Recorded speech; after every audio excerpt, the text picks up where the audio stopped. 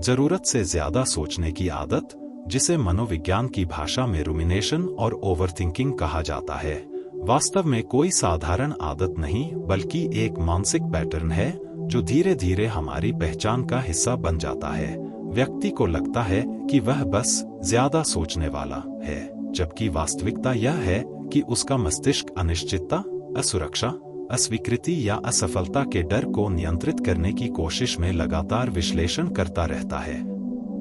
और यही विश्लेषण जब समाधान की ओर न जाकर एक ही विचार को बार बार दोहराने लगता है, तब वह उपयोगी चिंतन से विनाशकारी चिंतन में बदल जाता है। सबसे पहले यह समझना आवश्यक है कि सोचने और जरूरत से ज्यादा सोचने में मूलभूत अंतर क्या है।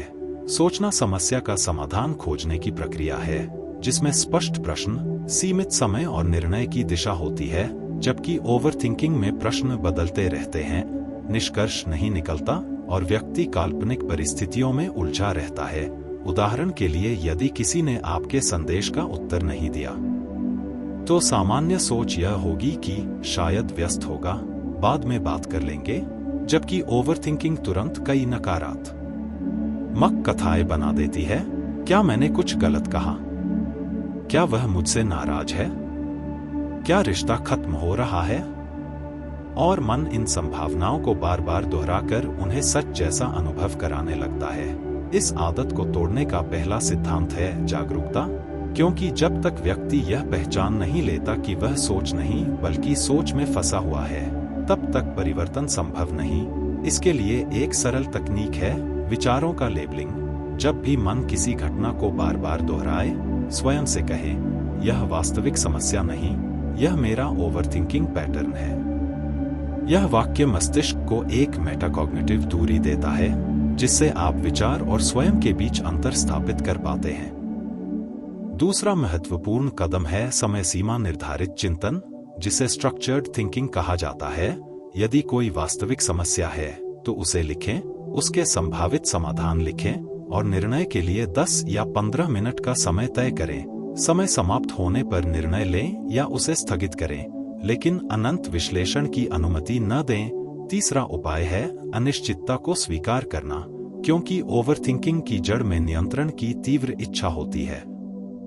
हम भविष्य को सुरक्षित करना चाहते हैं, हर परिणाम का अनुमान लगाना चाहते हैं ताकि कोई अप्रत्याशित पीड़ा न हो, परंतु जीवन का स्वभाव अनिश्चित है और जब व्यक्ति यह स्वीकार करता है कि 100% स्पष्टता संभव नहीं, तभी मन धीरे धीरे शिथिल होता है। चौथा सिद्धांत है शरीर को शामिल करना, क्योंकि अत्यधिक सोच केवल मानसिक नहीं, शारीरिक उत्तेजना से भी जुड़ी होती है।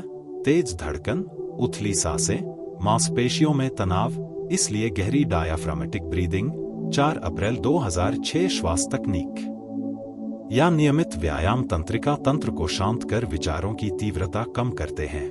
पांचवा कदम है ध्यान और माइंडफुलनेस का अभ्यास, जिसमें व्यक्ति विचारों को रोकने की कोशिश नहीं करता बल्कि उन्हें आते जाते देखता है, जैसे आकाश में बादल।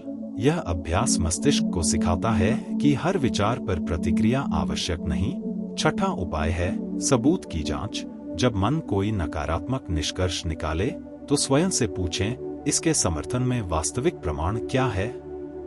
इसके विरुद्ध प्रमाण क्या है?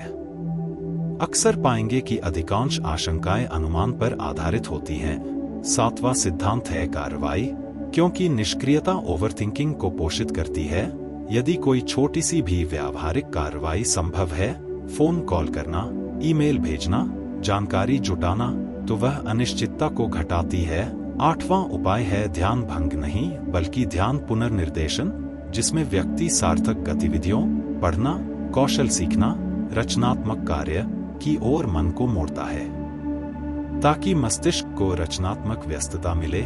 नौवां सिद्धांत है आत्मकरुणा, क्योंकि कई बार व्यक्ति स्वयं को ही दोष देता रहता है। मैं इतना क्यों सोचता हूँ? यह आत्मालोचना समस्या को बढ़ाती है। इसके स्थान पर स्वीकार करें कि ओवरथिंकिंग एक सीखी हुई प्रतिक्रिया है और सीखी हुई चीज बदली भी जा सकती है। 10वां उपाय है डिजिटल सीमाएं, क्योंकि लगातार सोशल मीडिया तुलना और अधूरी सूचनाएं मस्तिष्क को अनुमान लगाने पर मजबूर करती हैं। दिन में निश्चित समय पर ही संदेश जांचना और रात में स्क्रीन से दूरी रखना मानसिक शोर को घटाता है। 11वां सिद्धांत है नींद और पोषण। क्योंकि थका हुआ मस्तिष्क नकारात्मकता की ओर अधिक झुकता है। 12वां उपाय है वर्स्ट केस एक्सेप्टेंस टेक्निक। सबसे बुरा संभावित परिणाम लिखें, उसे स्वीकार करने की कल्पना करें और फिर देखें कि उससे उबरने के क्या कदम होंगे। अक्सर यह अभ्यास डर की तीव्रता कम कर देता है। 13वां सिद्धांत है मूल्य आधारित जीवन, जिसमें निर्णय इस आधार पर लिए जाते हैं कि आप किस प्रकार का व्यक्ति बनना चाहते हैं, न कि हर संभावित प्रतिक्रिया को नियंत्रित करने की कोशिश में। 14वां उपाय है संवाद। क्योंकि कई बार अनकहे प्रश्न ही सबसे अधिक सोच पैदा करते हैं। स्पष्ट, शांत और सीधे संवाद से भ्रम समाप्त होता है। 15वां सिद्धांत सीमित सूचना सिद्धांत। हर बात जानना आवश्यक नहीं, कुछ प्रश्नों को अनुत्तरित छोड़ना भी मानसिक परिपक्वता है। 16वां उपाय है कृतज्ञता अभ्यास, जिसमें प्रतिदिन 3 सकारात्मक घटनाएं लिखना मस्तिष्क को खतरे से अवसर की ओर प्रशिक्षित करता है। 17वां सिद्धांत है निर्णय लेने का अभ्यास। छोटी छोटी बातों में तेजी से निर्णय लें ताकि मस्तिष्क अनिर्णय की आदत से बाहर आए। 18वां उपाय है पेशेवर सहायता। यदि ओवरथिंकिंग चिंता विकार या अवसाद से जुड़ी हो। 19वां सिद्धांत है एक विचार एक कागज तकनीक। मन में चल रहे विचारों को कागज पर उतार दें ताकि वे दिमाग में घूमते न रहे। 20वां और अंतिम सिद्धांत है निरंतर अभ्यास। क्योंकि यह आदत एक दिन में नहीं बनी और एक दिन में टूटेगी भी नहीं। नियमित रूप से ऊपर बताए गए उपायों को लागू करने पर मस्तिष्क नए न्यूरल पाथवे विकसित करता है, जिन्हें न्यूरोप्लास्टिसिटी कहा जाता है, और धीरे धीरे विश्लेषणात्मक जाल ढीला पड़ने लगता है। अंततः यह समझ लें कि सोच दुश्मन नहीं, उसका अनियंत्रित दोहराव समस्या है। जब आप जागरूकता, समय सीमा, स्वीकार्यता, शारीरिक शांति और सार्थक कार्रवाई को मिलाकर जीवन में लागू करते हैं, तो वही मस्तिष्क जो पहले भय की कहानियां बनाता था, अब स्पष्टता और रचनात्मकता का स्रोत बन सकता है। जरूरत से ज्यादा सोचने की आदत को तोड़ना किसी विचार को जबरन हटाना नहीं, बल्कि अपने मानसिक तंत्र को पुनर्संगठित करना है, और यह प्रक्रिया धैर्य, अनुशासन और आत्मसमझ के साथ संभव है।